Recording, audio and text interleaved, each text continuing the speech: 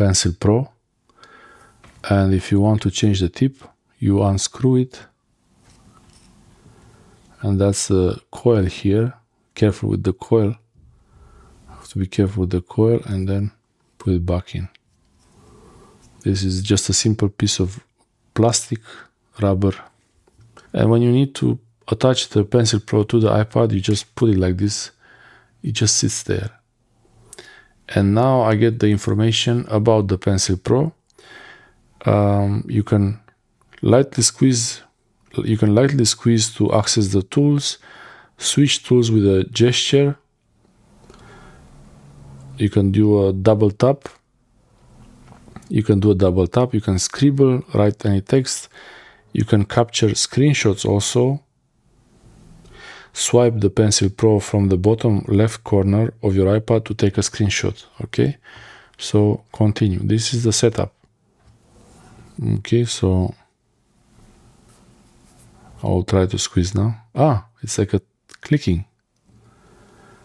So that's nice. Continue. Try to write something as a test. EAN how to. Okay, continue. Add it to the Find My Network. Yeah, for sure add the pencil, so in case I lose it, because it's easy to lose this thing, especially because it's with the magnetic base. I can use this to find it on the map. Done. So now the pencil is ready. It's pretty solid.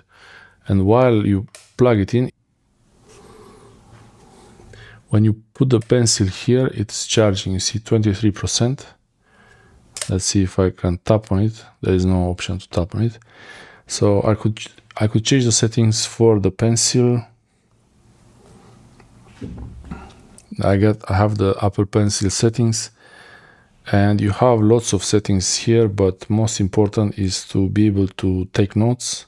I could try to make a new note here, so new note 2, like that. So I have this note saved here, and then the Pencil Pro goes back. It's like a photo.